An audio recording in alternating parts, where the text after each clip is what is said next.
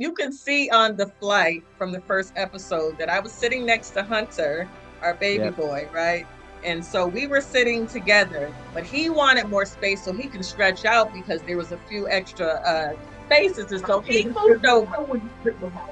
She and I separated, He had so an she attitude. didn't want to, she was in her little space, No, yes. I was like, wow. She was turning the back to me in the seat like this. Oh my gosh. You know what? And I started mumbling. I kept mumbling to This myself. is part of the comedy that he makes up in his head and then he shares with the I world. kept mumbling to myself, going, do you know I got you going to Africa? This is you gonna go to Africa and not be showing me love? Oh, let me go to sleep. He finally went I to finally sleep. went to sleep. I woke up, we were there. It was the best sleep of my life, too.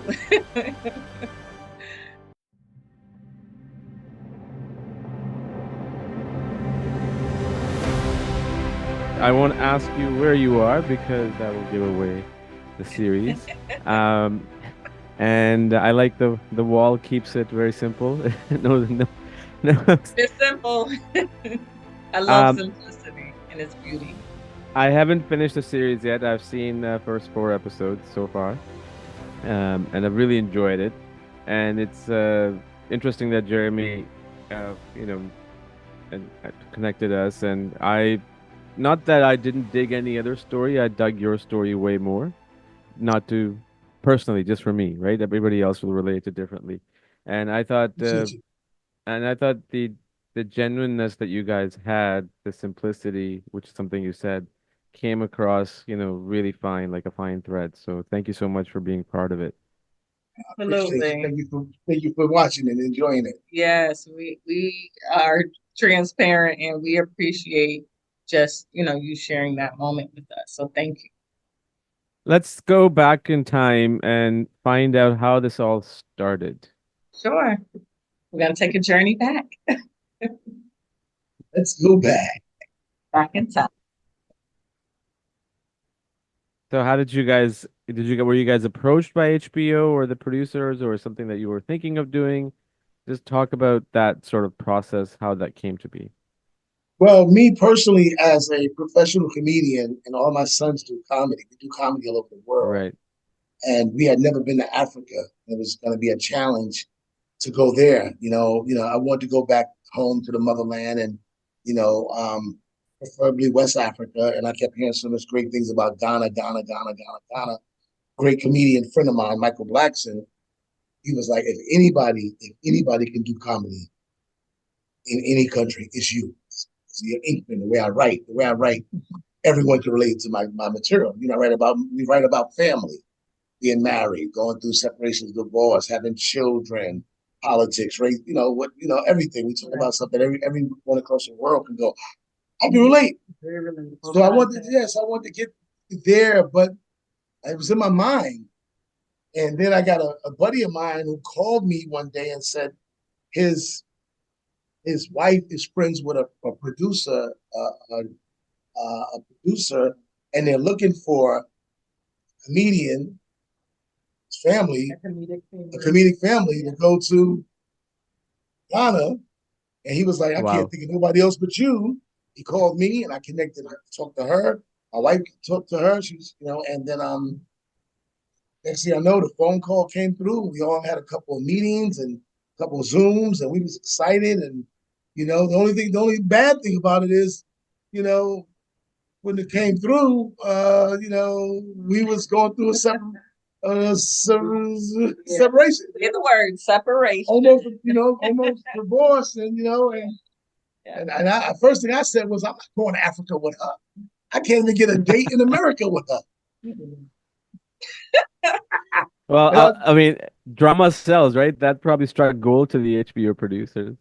Yeah, well, yeah, Jeremy from Hot Snakes, one of the executive producers, definitely saw it befitting, once talking with us, that we might definitely be able to, share in our experience and our journey. And so the cards just fell where they would, at that time. So we were very appreciative and excited, even though we were going through what we were going through, just to see, just to get that experience that we've always wanted to have. So I knew it was a problem when we got on the plane, the flight. We got on a flight. This is a 15-hour flight. So my mindset is on flight with my wife, even though we're going through the separation. We don't hug and touch like we used to. Da, da, da, da. Give me 15 hours on a plane. I'm gonna change, It turn was this not around. 15 hours. The flight was 12 to 15 hours. It was 9 hours. It wasn't no 9 hours. 9 hours. Okay, small details. What So anyway, what would probably the layover and check-in and all that? I mean, It was a straight flight. Oh, it was a overnight direct flight. flight. He Okay. slept, so he probably thought it was longer than I what looked it up. I was. looked up, and she was sitting. She was sitting in a seat by herself. She didn't want to sit with me. You were you. She was like, "I'm sitting over here." See, he's just being bougie. We're not. I actually was you can see on the flight from the first episode that I was sitting next to Hunter, our baby Yep. boy, right? And so we were sitting together, but he wanted more space so he can stretch out because there was a few extra spaces. And so he moved over. She and I separated, He so had an attitude. she didn't want to. She was in her little space. No, he had an attitude. I was like, wow. Then she was turning the back to me in the seat like this. Oh my gosh. You know what?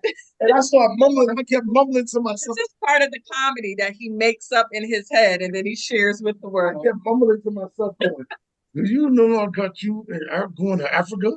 This is you gonna go to Africa and not be showing me love? Oh, let me go to sleep." He finally went I finally went to sleep.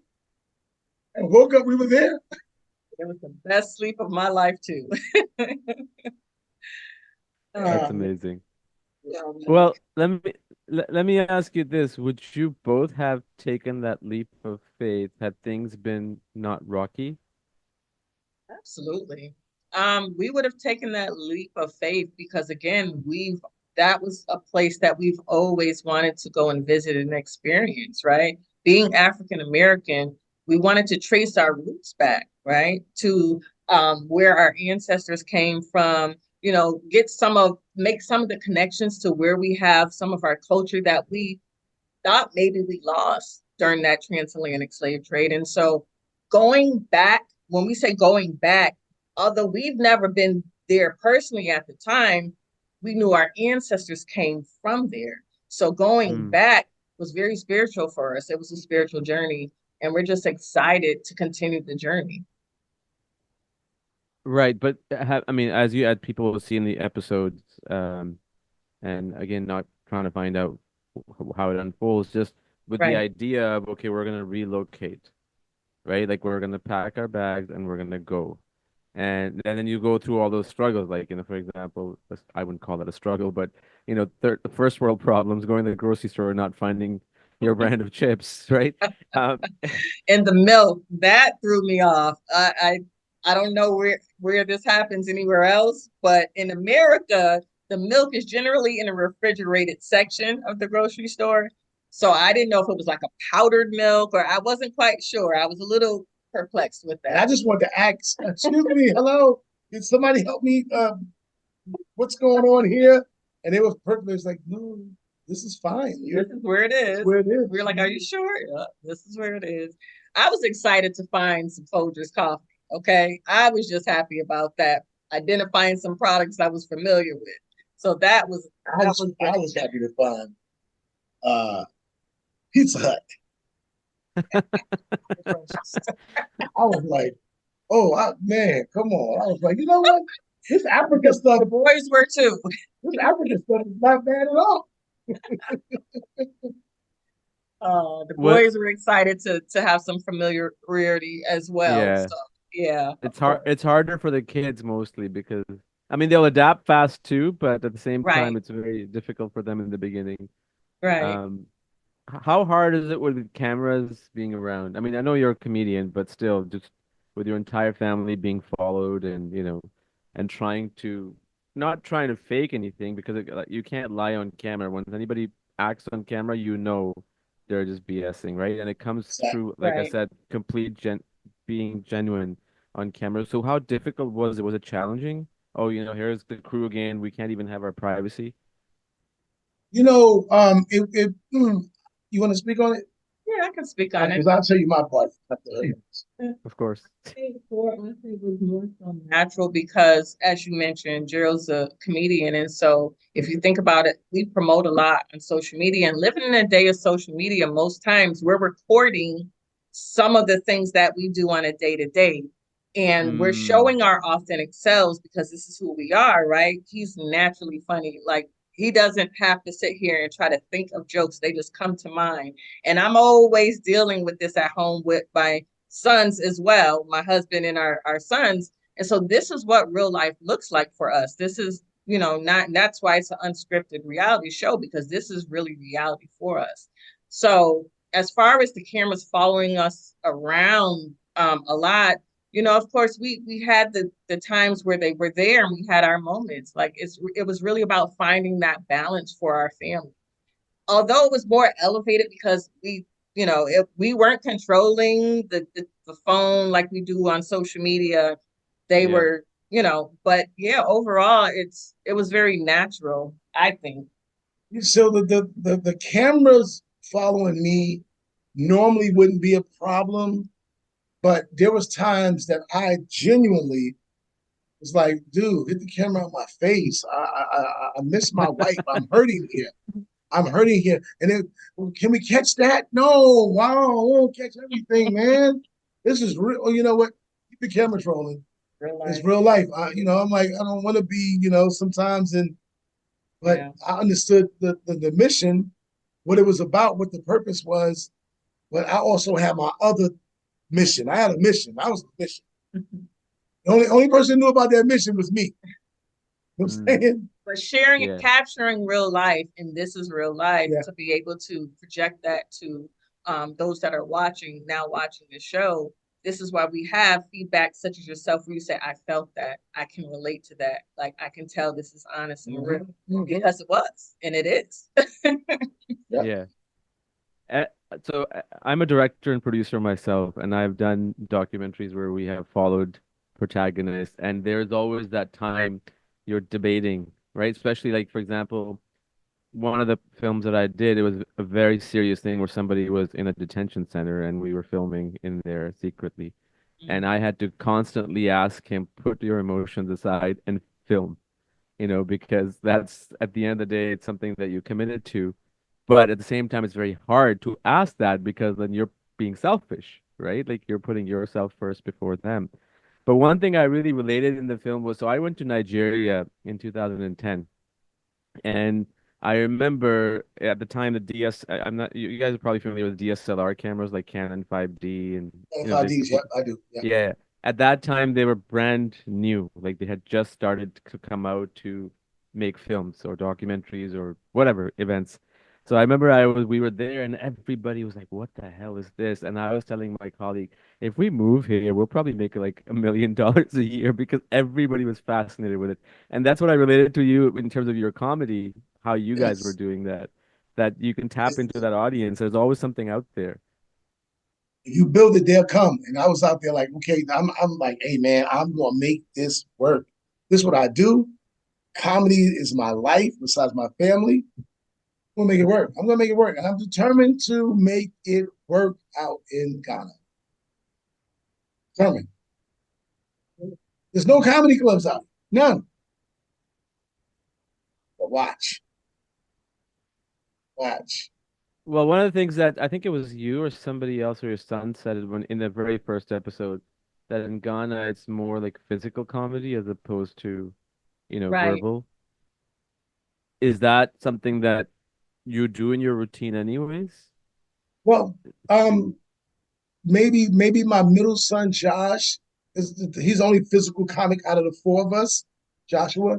But we have facial expressions that people go, oh my God, you can feel it with the facial expressions. Mm-hmm. End up saying me, Hunter, and Isaiah, we're physical here comics, Right. If there's a joke that needs some physicality, we'll get to it, we'll do it, you know. But the writing is so clever and mainstream across the world that everyone gets it. If you understand the language, you're going to get the material. And all it takes is me and my sons to be in a city or country for maybe a day or two, and we could go around and we can write material about your town, your city, so the audience can relate to what we're talking about. Yeah. Wonderful. Definitely the facial expressions Pardon me. of Gerald. You need some water, huh? Definitely the facial expressions and the animation that they bring to the stage is something that connects with the Ghanaian audience, as mentioned in the first episode. And that's something that they already had incorporated into their comedy. That's something they've done for a long time. With Gerald, his facial expressions when he's or his voice changes when he's talking from a third person perspective, like grandma or somebody like that. And so all of the kids, and they do all of that, they switch it up. And so that physical comedy piece was something that they already had. So going over there, we figured that this would work because we already had that in play. Yeah. Nice. How did you guys meet? How do we? Yeah, the truth of the matter is, when he said we met in a club, that is not true. Okay. It was not a club. Wasn't a club. It was an event. What it was a ballroom at a hotel. They had yes. we had a she's a music journalist and I'm a comic. So she was there to see the group. There was a group there, I think, that was performing. And I was doing a write-up on that group. And one of the lead singer didn't show up. So the group was well, the lead singer passed away. Okay, well, he didn't show up. Passed away, he didn't show up. I mean, tell me sorry, he didn't show up. I mean, he couldn't show up. If he would have showed up, that'd have been a different story. That'd have been something to talk about, But I mean, technically, Gerald you're was both the right. host. Yeah, well, yeah, but Gerald was the host of the actual event, and that's how we met. He kind of walked through the crowd, and he was talking to people, doing crowd work, and I was like, "Oh gosh, I hope he doesn't come over here and make." Some people just don't want to be made fun of, so I was hoping that he wouldn't come over to my section and start cracking jokes, but he did come over to my section. He shook my hand and complimented me because I guess my hands were so soft. And after the show, he proceeded to have a conversation with me. I was actually trying to get back, me and my photographer were trying to get back to our side of town. So I was ready to go because I was highly disappointed about the show, but I was very entertained by the host. And so I held conversation with him after the show. Yeah, and we exchanged numbers, and I thought I struck gold. I was like, let me tell you how. Me and two other comics drove all the way back to New York, 2 hours and 20-minute ride back. And halfway, almost 30 minutes into New York, I forgot to get paid. I forgot to get my money from the producer. And I was like, and there was no Zelle or Cash App and stuff like that then. Right.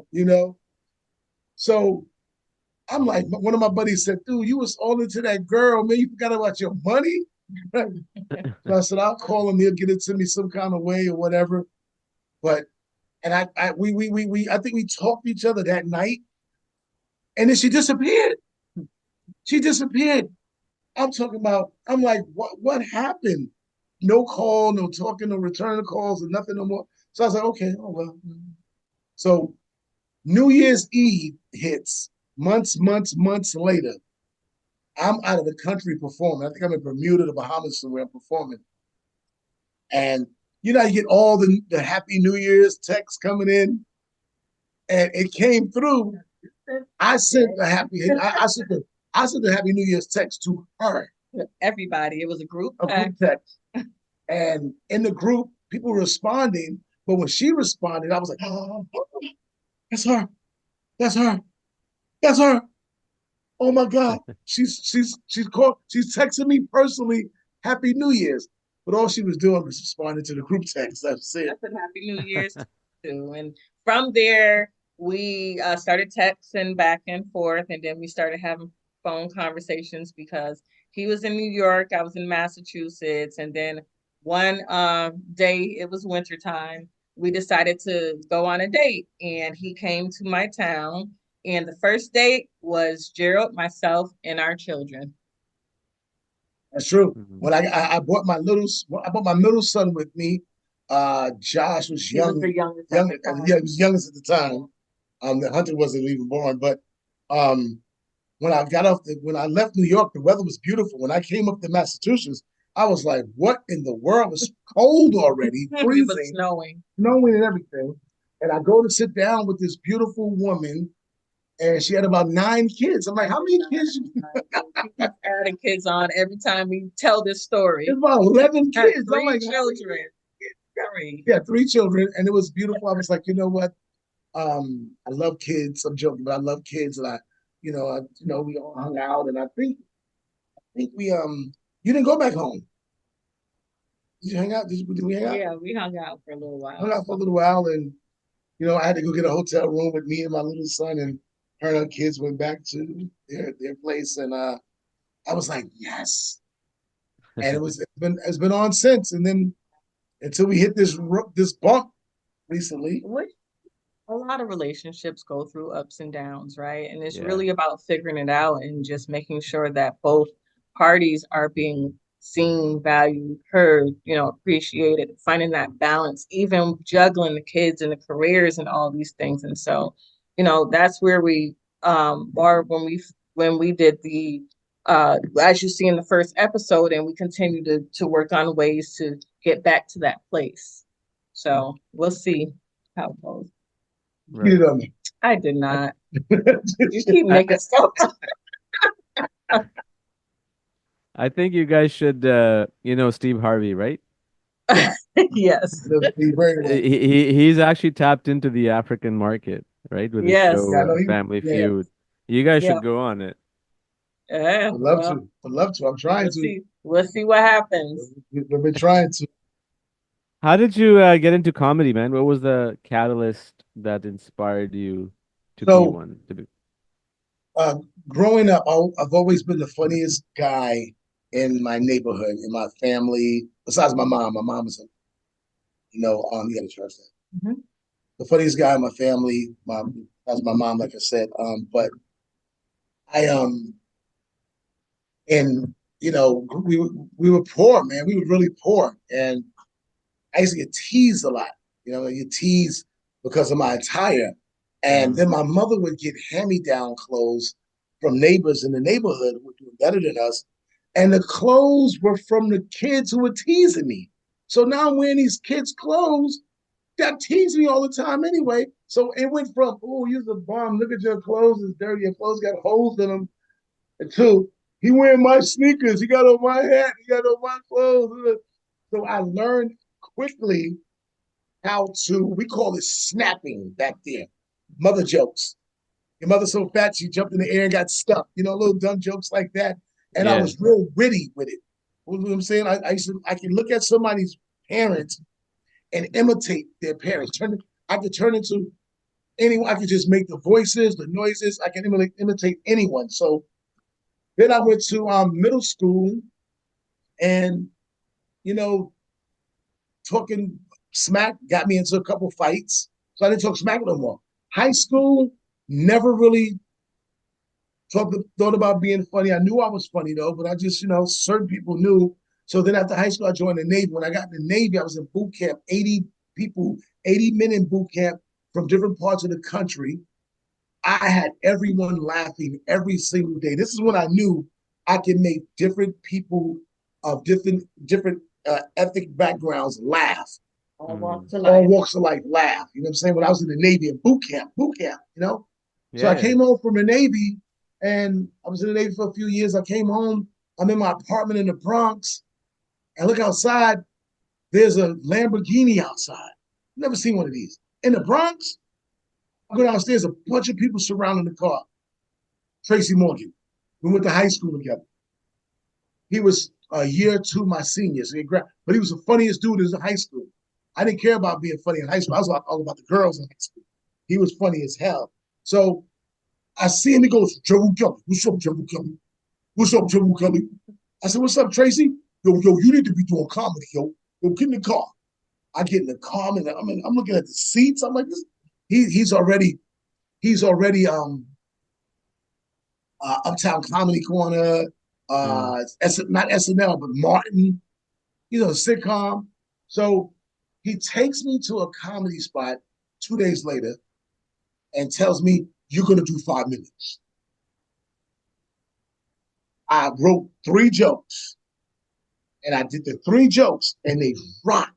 I was like, "You come back the next week. When you rock, you come back." I come back the next week with 2 more jokes. Confident now. Guess who goes on before me to do a guest spot purposely? Who? Tracy Morgan. Ah. He's a crowd favorite. He's a star already. He goes up and does like 25 minutes, and the place is going crazy. He walks off the stage, looks at me, and go, "Follow that."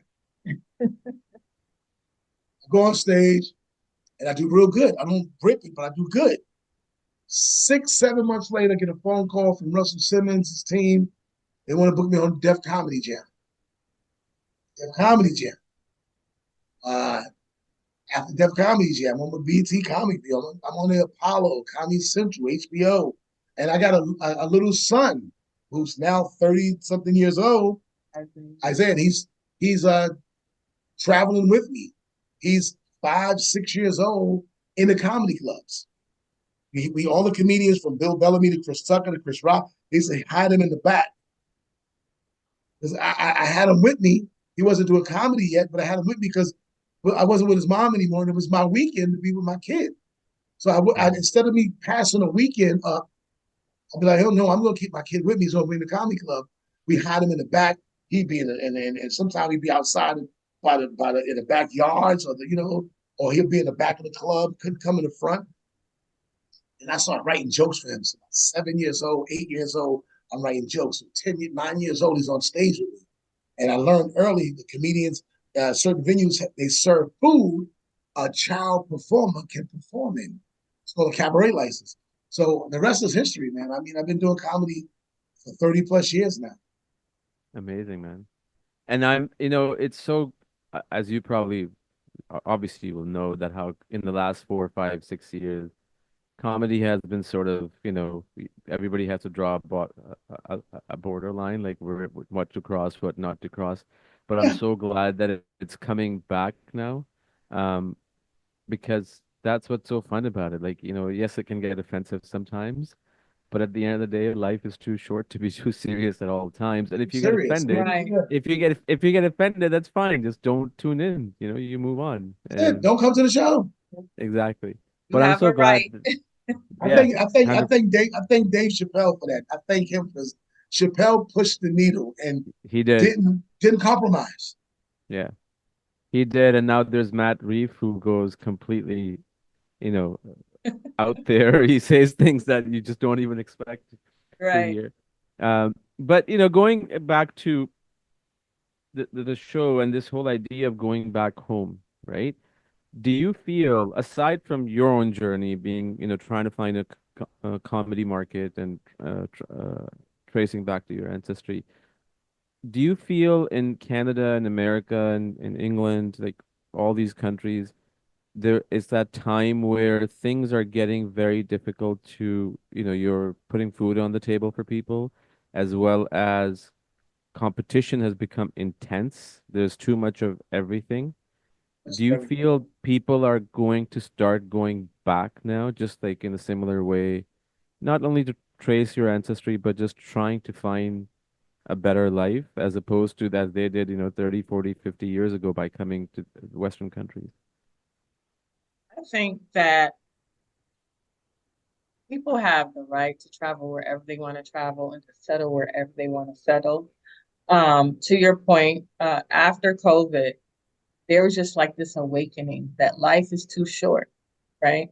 Yeah. And that we have to step out on faith and move accordingly instead of feeling stuck, right? Because in that moment, a lot of us felt stuck and we started reflecting on all the things we wanted to do in our life, but our life could have been taken at any point in time. And some people were thinking, I might not never get an opportunity to do this. I might not get an opportunity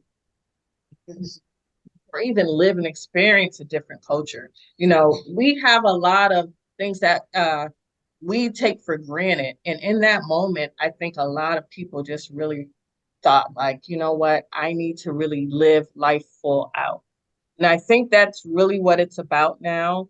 Yes, people are going to come over to Ghana and they're going to come over to Africa, the continent as a whole, and explore more.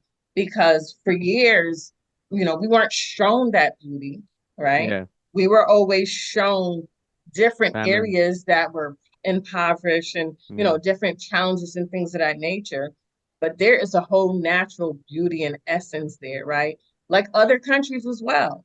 But for us, again, as African Americans, and we talk about going back home to the motherland where our roots are, where we're still learning some of the things that were stolen and taken from us, right?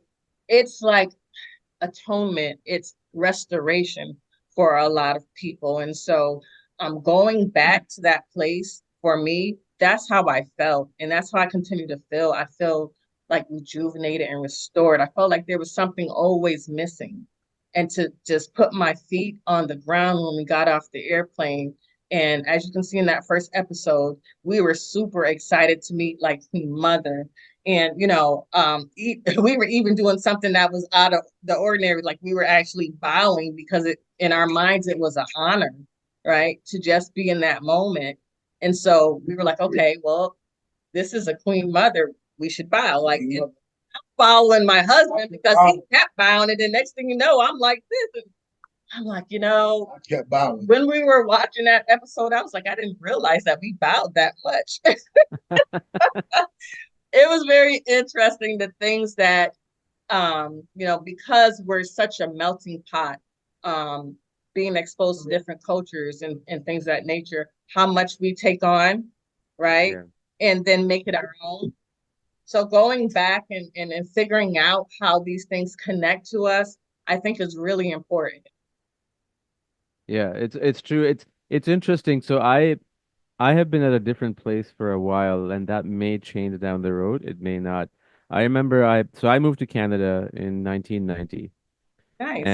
and I went to UK. So there was this small town called Bradford where most of the South Asians live, and some of my family was there, my relatives. So we spent 2 weeks there, and then we drove to London. And as soon as we were getting into London, I literally said, "Oh my God, I finally see a black and a white and a Chinese guy." And because I was so used to living in Canada, seeing all the different races, Right, that to me seemed awkward. However, that may change down the road. I have no idea. Kind of like what right, you were saying. But it's interesting how human, your mind works, your psychology and everything, and your culture, uh, where you belong and where you don't belong. right. Absolutely. I agree. Again, just I being exposed to yeah, all of so that. I feel the same way, man. It's like once COVID hit, and it was you had to think differently. You didn't even know if you were gonna be here anymore. We didn't know what was gonna happen. Yeah. So when we get past that, it's like, man, I'm about to go live my life. I'm about to go do whatever. And people are moving out of the country. Yeah. I mean, it's like it's just the opposite because people used to move into our country for hundreds and hundreds of years. Yeah. Now Looking what? for better Yeah, opportunities yes. than So they now you have. can go, Yeah. you can find opportunities other places and go live other Absolutely. places, and it's the beauty of the world. It's the beauty of the world that God created, man. It's like That's right. Africa, the land of opportunity. There's more than one land of opportunity, and you're seeing that in this. And I also find life in other countries outside the Western nations, nothing to take away from Western nations. They're great, freedom of speech and all that wonderful stuff. I find the simplicity lies in other countries where they're not chasing after objects and materialistic things. yes, Right. I think that's where we sort of, as you get older, you start Yes, seeing that like, oh, this is what life is. It's not what I'm chasing here.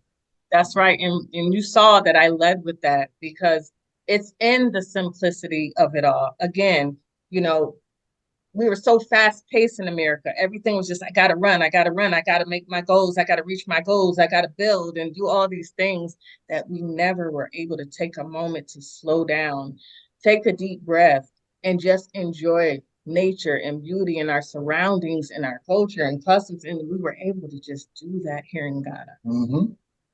Yeah. just to take a Amazing. moment. 100%. Well, just as we close, any advice? I mean, this is something that everybody asks everybody, in terms of, because considering what you guys have gone through in your marriage, and I don't want to go too much into it because that's your personal space. What advice would you give, both of you separately, to people who may be at a point where they're struggling a lot or beginning to struggle, or they're always, in a tit for tat, not tit for tat, but just argument mode, and trying to figure things out? think that you have. I think to me it's simple. You got to get back to why you, Why? why, no, why you love Married in this first place. person in the Yeah. first, why you married this person in the first place.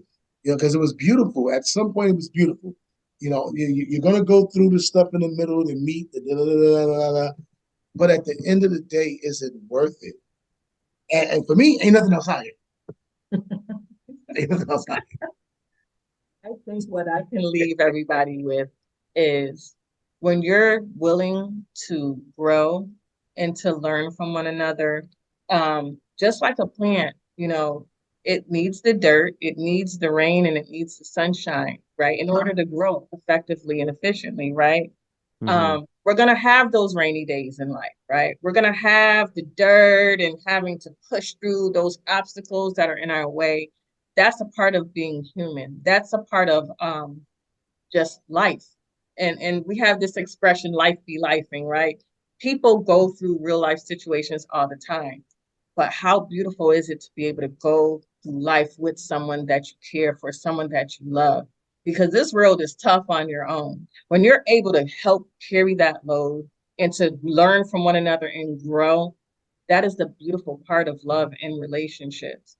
And so when you see that value in a relationship, even with the bickering and the arguments and the disagreements and the unbalanced moments sometimes, if you're willing to see through all of that and know that that's your end goal, fight for it. Fight for what you believe in and stay true to yourself. You just moved to Africa. Awesome. Awesome. Thank you so much, guys. Coming Thank from you so America, much. Thank you, coming from Jawad. We appreciate you just sharing with us. And, we want everyone to follow our journey and to stay tuned and hopefully get some inspiration from this. 100%. And just for the audience, Coming from America is now streaming on HBO Max. It started on September 5th, and I believe it's weekly episodes, so tune in. Thank you so much, guys. Thank Thank you. you.